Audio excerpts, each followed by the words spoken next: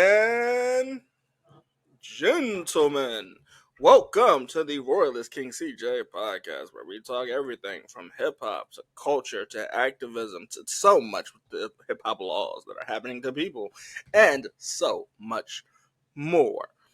I'm your host CJ. Now let's talk. um, hmm, let's talk because personally, I think these are one of the best albums I've ever had. Right? If you ask me what album I think that we had released today, or the hmm, the sixth, what song do I prefer? Now let me tell you something. When I say I prefer an album, there's not much saying why do I prefer this album. There's not much explaining why I prefer this album. Um, but let me tell you, let me get deep down into this. So June 6th, we were rushing to hear two albums. And essentially, one is completely taking the activism route that I do really enjoy. Um, but this artist is a UK artist.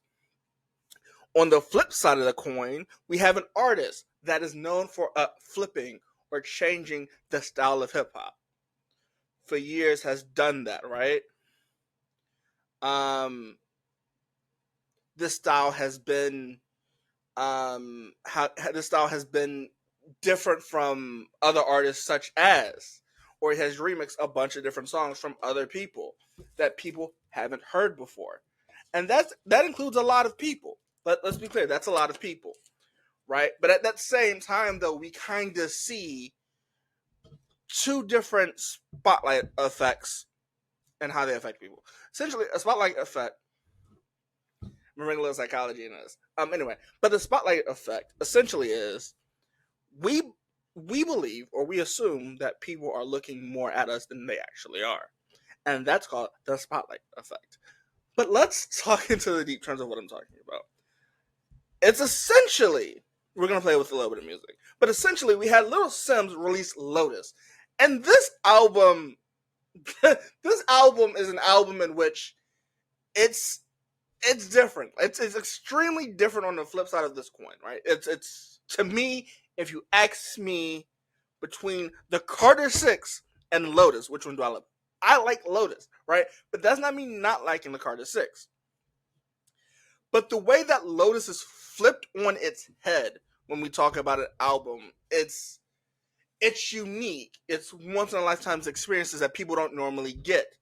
At that same time, though, you hear people talking about these different forms of media, right? We talk about activism, we talk about loneliness, and we're in men's mental health month, so there's some association with the spotlight effect, right? But the Lotus, hearing this from Little Simz, this UK artist, half Nigerian, half British artist, is something very refreshing, right? Because essentially we're having two albums that clash, and this is basically, she argues, right? That was, and so let's talk about. We'll talk from song to song. We'll hit each point from each song, but we'll talk about it in a stream, and I'll bring it back into this lyrics. Right? She says you have a God complex, and talk about God, but also people. And let me break that down a little bit. So essentially, we're not saying that everyone that talks about God has a God complex, but there are some people that, and this isn't to like make anybody mad, but this is a serious discussion on artists that I really do enjoy talking about. Um, but essentially, it's more of people that think they're above anybody else, right? Like they can't be touched, either because it's lyrically, um, or stealing people's dreams. It's so much entwined into this, right? But the main point that she focuses on in the song is financial manipulation. And let's be clear. Financial manipulation can be, hey, you don't get your money, we take your whole paycheck. Um, we take your whole paycheck. In some relationships, that's what it is. We take your whole paycheck. You can't see it. It goes to this person because they're seen as higher. Which, when you talk about that, when you talk about that God complex that she talks about in the song "Thieves," it's it's so intertwined very well. That I love that the way that this is put together, and I think she should get more eyes on her, especially in the Americas, if you ask me. Um, this is me drinking. This is just me drinking. Simple, but you know, we talk about the different aspects of manipulation, and she talks about it. Try to make a deal. I assume this aspect of thief is either a financial manager or a lawyer that she had when she was signed to her original label, which is why she said you tried to make the try to make the deal sound good, but I'm happy I didn't sign, right? Because she has, I don't know if this is her current deal in the works or her deal before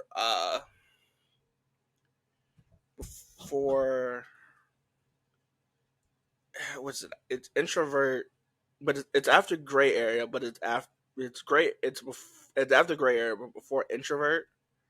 Um, People say I know a little too much about it, music, and to some point I think that's partially true, but I don't think that's fully true. I'm trying to think what it is. Sometimes I might be an introvert. Oh, I was okay. Sometimes I might be so it's. I'm thinking it's before gray. I think it's after gray area, but I think it's sometimes. I think it's sometimes introvert,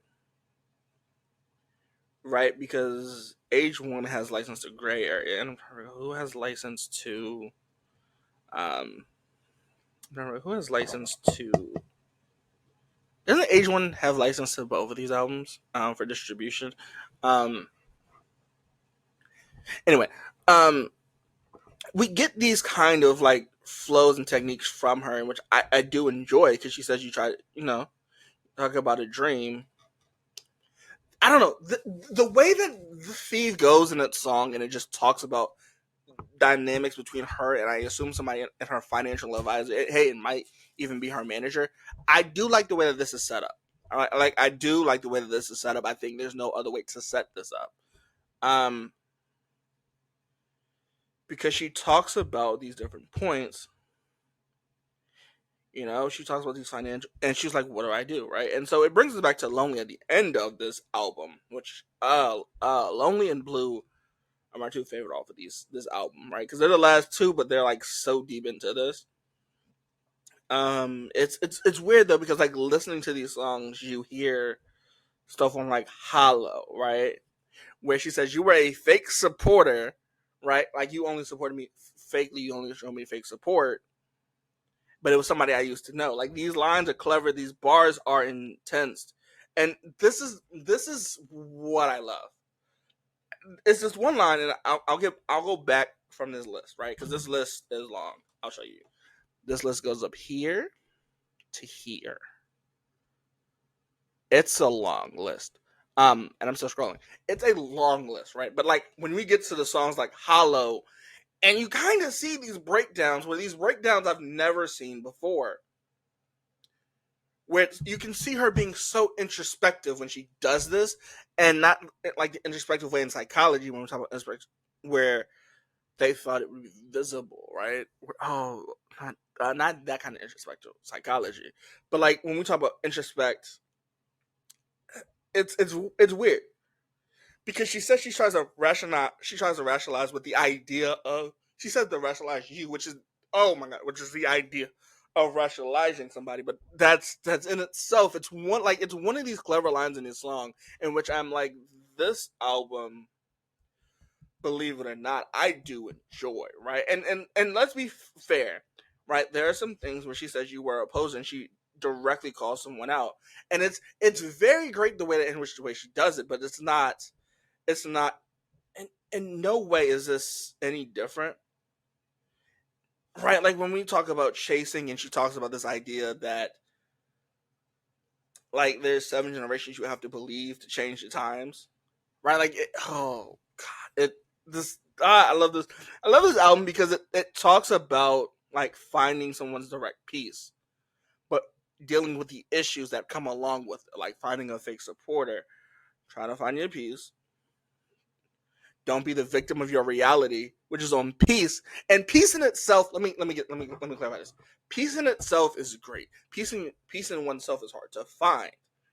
But the way in which she was able to flip like peace to don't it's just the flip of these songs. That's the name. It's the activism you hear, right?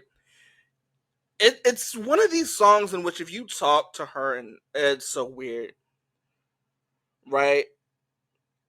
It's so weird. Like it's this thing where she talks about young, but the idea of young, she flips it and says that she doesn't want to pay bills and this idea of being free. And that's true, right? Like you hear these ideas of being free and you try to flip them on the narrative and it's so this is let me tell you, this album in itself, I think there's not like this album I think has made like 2025 like relate to a lot of people, right? Like she says, I have to get the armor to protect myself, right? It's and she talks about this concept of drinking, but I can only afford it on a discount when people are struggling in these social economic times. They're like, hey, I can only afford it on a discount, which is what implies the social economics idea that people are strained to their social connections, but also their economic advances that affect adolescents, but also affect people. This like when I say that this album in itself is one of these albums in which you get layers after layers after layers with these beats and layers after technical and these like metaphors that stick, right? I can only afford it if you do a discount, right? That discount is that like it's I can cross the pond. I'm gonna do a tour across the pond. I speak a little Spanish. I speak a lot of French, like we, right, right, Rich, and we in French means yes, but bonjour means hello. Au revoir means goodbye. Oh, this I like this. These concepts, I love that she plays with, right? Like these concepts, I love that she plays with. But like when you hear these, you kind of hear these push and pulls of these different ideas, and where activism meets music you kind of hear it, right? And it's not, and it's her own story. Don't get me wrong, but like these ideas, these flows, I love it. When we talk about in flow, she says, "I walk a wicked ground. My silence is my silence is louder. I'm the light. Oh, I play this. It's 6 million to get you a house in the sticks. That metaphor of sticks, housing, 6 million. It's like the anyway."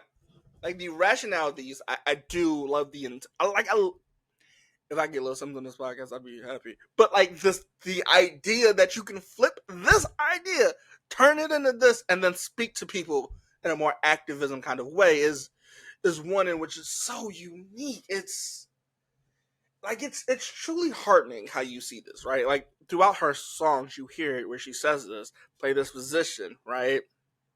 Every bad boy has a good trait. It's these tough ideas in which I love, right? It's that I speak a little French. We that is French for yes, yes. But if you look at the several contexts of ça va, it can mean how are you, but it could also mean ça va. Like it's the layers to this song, the layers to these songs, and that song was Young, where she talks about it, right? Who's creeping in my window, right? Nothing in my name is just saying I don't have bills. Like it's this idea that, and that's just like 3 songs in. So that's Young, that's Flooded, and that's Thief. That's the first 3 songs on the album, right? And this album is one of the wickedest albums I've ever heard because it's so great. It's inspiring.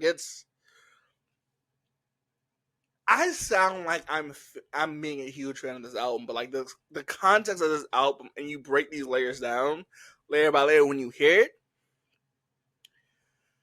right, and then you hear Blood, which is like the fourth from last song. I think Blood's like the fourth from last song, where you hear her talk about this connection between, or this song written where it's her and her brother, and you talk about how they don't call their mother, right, and then Why are you in country? I haven't heard from you. Where it just kind of shows the dynamic between two people that need, like, are looking for like a connection or a friendship or a siblingship. You know how it goes both ways. But you hear it at the same time when you hear him, the feature on the song, also go, "Hey, I was gonna put on wage," and she says, "Just because money doesn't mean that you could take away the son aspect of it, right?" Like it's that thing of where people are like, it's so weird because like if you look at the lyrics and then look at the concept, where the concept originally is, when people get older, they're supposed to take care of their parents. So I'm gonna put her on a wage, but that doesn't take away from you being her son. The double layers to there of like, hey, that's how society has told us to raise children in a sense in early development, is close familial values, right? Which in the concept of it could simply be the idea that uh, that you take care of your elders and live in a generational home where it's multi generational homes. That context is what it takes in the song. It's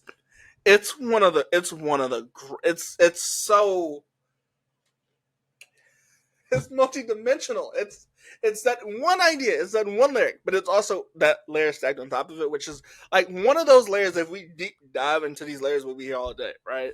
Where we talk, it's so weird. Like people bond for social interactions, which could be a sociological fact, but also could be the psychological idea of people don't like to be alone, so they love the idea of being in groups and friends, and this idea that they have to find friends. Oh, and socializing, right? And that could be their attachment style. Like like the context of this song is great, right? But we could hear it in songs like Blood, right? But then we hear it on songs like Enough, where it's more of a rock kind of beat,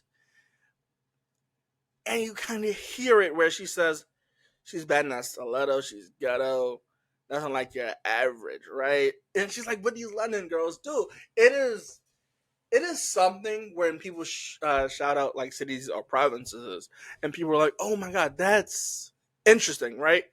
But it's like showing homage into this idea that was switching the narrative. I like this idea that they're switching the narrative because it's so much deeper than what it is, right?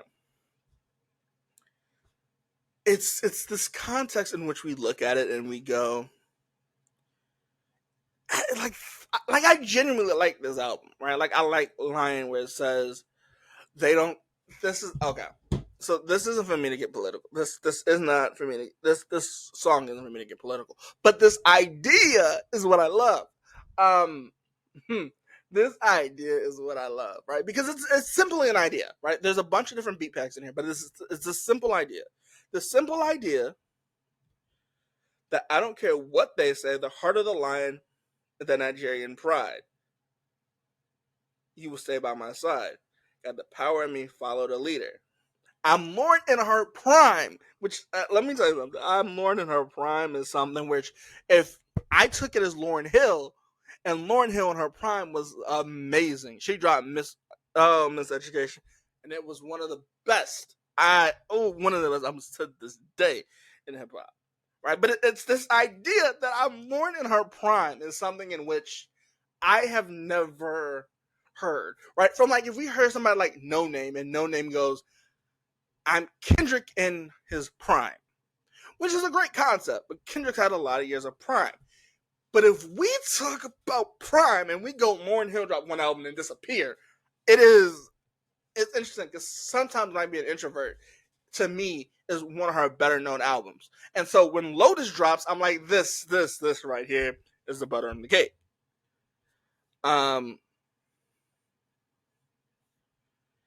And she talks about giving up a good fight, which plays into the activism line, and I love that activism line because the activist line is just it kind of flips it. It's like, hey, y'all want to follow the leader? That's fine. I'm not following the leader. I'm gonna do what I want, and it's so double layered. It's in Nigerian pride, but it's also in British pride. Oh, it's double layered. Oh, I love like these lines. I do love, and people are like, "Well, how do you know?" Because I wrote these lines down. When I heard them, I was like, "This right here is one of a kind. I've never heard somebody break down, hey, I'm Lauren in her prime, right? But I could put up a good fight, but I'll never quit to my last breath is something I've never heard. But it's the same idea, when you love the art, you love what you're making, don't quit. Oh, this, and it sounds like I'm preaching, but this is one of these episodes in which when I get an album and it's just heavily layered, right? And it doesn't feel the same when you're at the top of the mountain. We grew apart. Oh, when I tell you, you have ideas, you have lyrics, you have words that break down how somebody feels, and you get to this album like lonely. And this right here is a tough second song. This right here is a 12th song, but it is one of the toughest songs I've heard on this album because it essentially says this idea that I've made this album 4 times. I've made this album 4 times, and this album is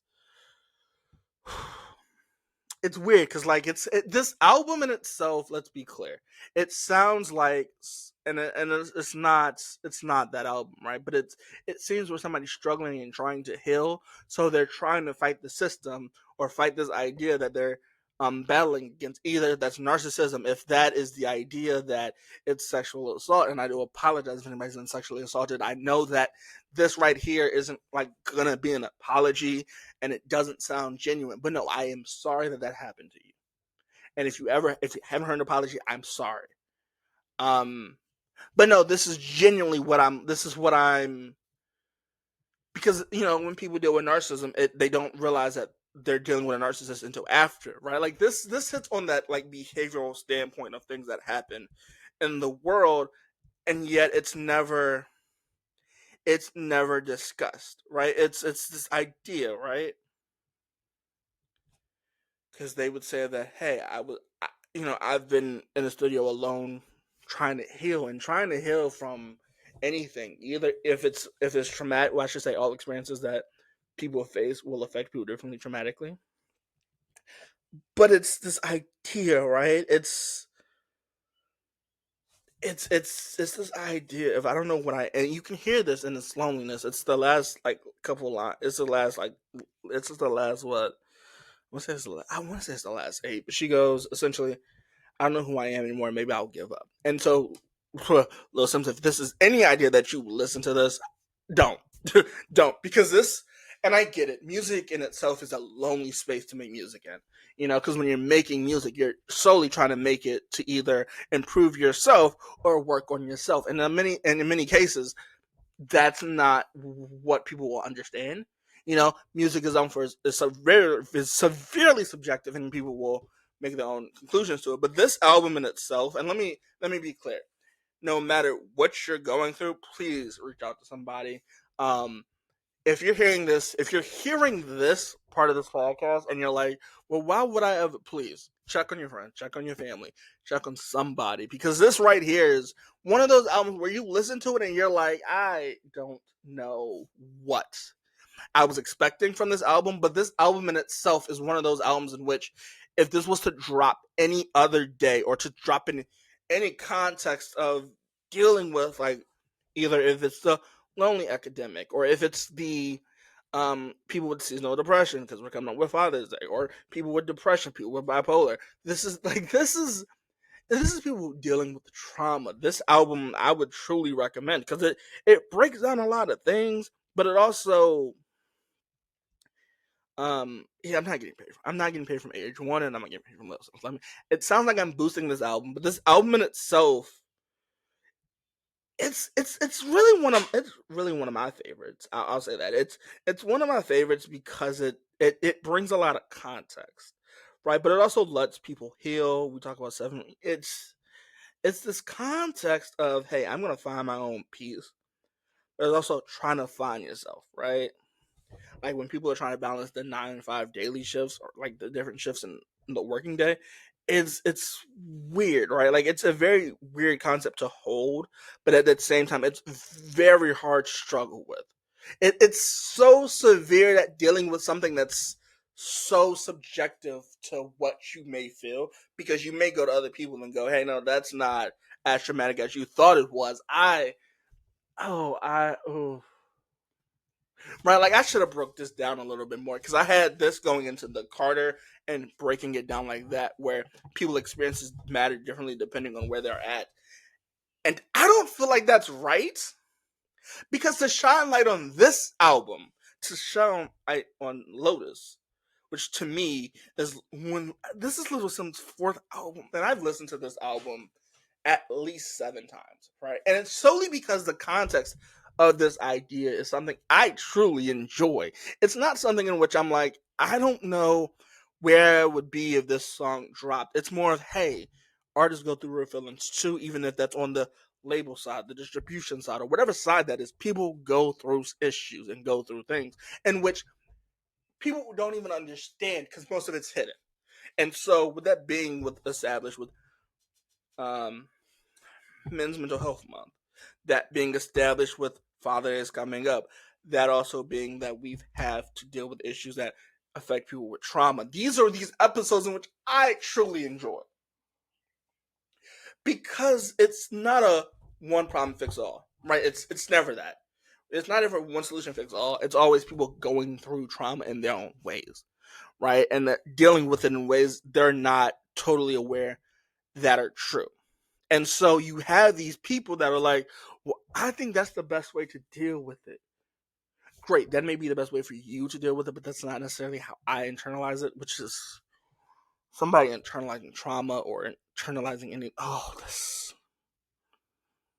Right, like this is what I mean when I speak about the spotlight effect. And the spotlight effect essentially meaning that people think that the world is too focused on them and they have to do something about it.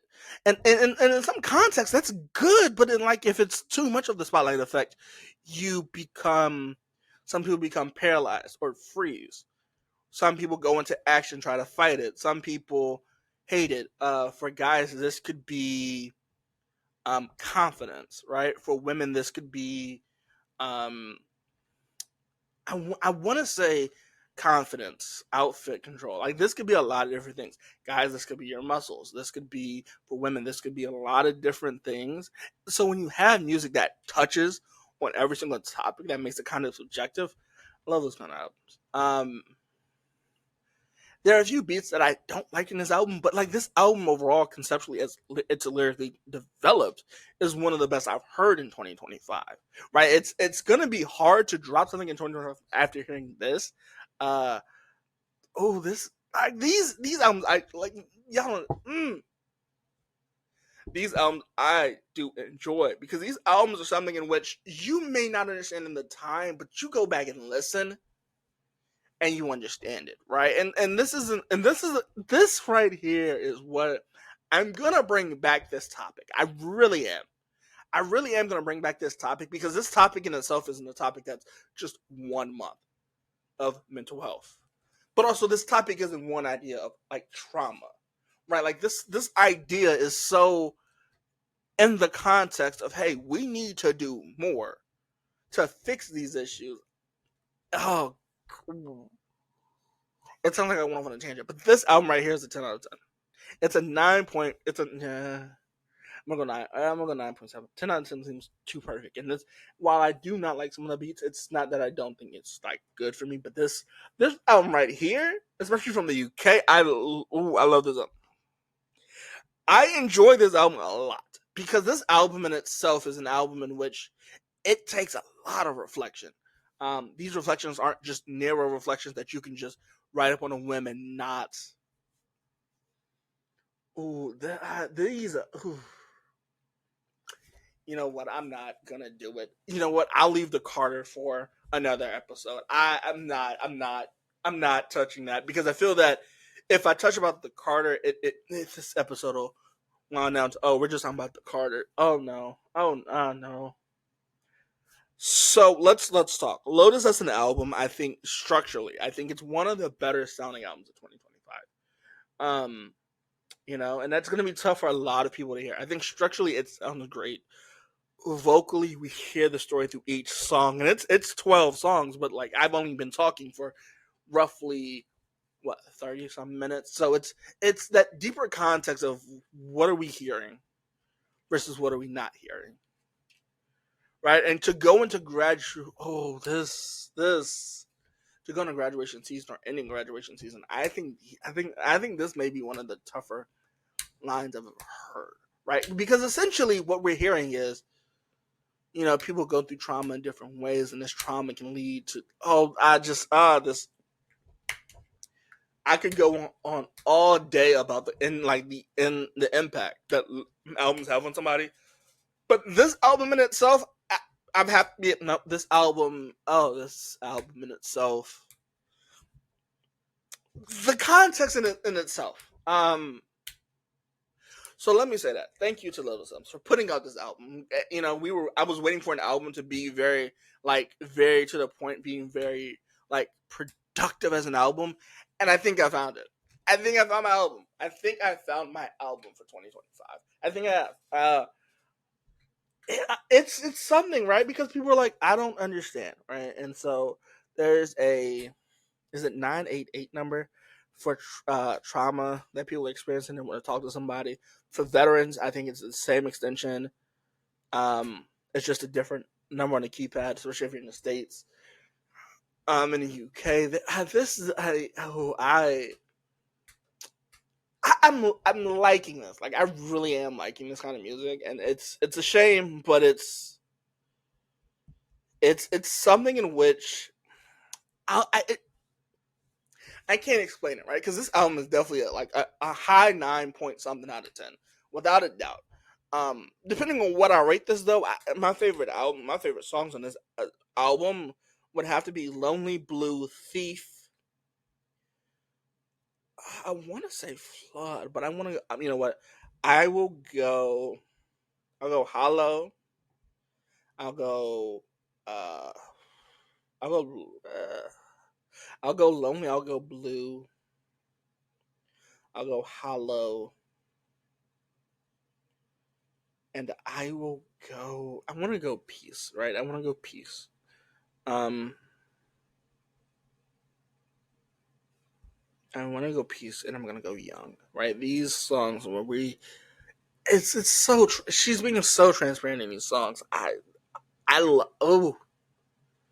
enjoyed this. I think I did. I think this is the one album where I'm like, hey, I don't mind doing this. Like this, it's so weird because normally I have to prep and go off a script sometimes, but this is truly me going off script for this album right here, because it's one of those albums in which if you go, oh my god, it's something.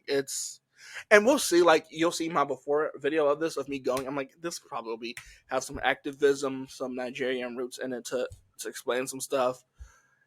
And I mean, that's essentially what I got from this album. And I think Lotus is a good album, without a doubt. I think it's a good album. Yeah, I don't hate this album at all. I don't like some of the beats, but besides that, I think this is a cool album. If you haven't checked it out now, I would go check out Lotus. If you've gotten this far and heard my reaction to Lotus and are like, why is he so talkative about Lotus? Go listen.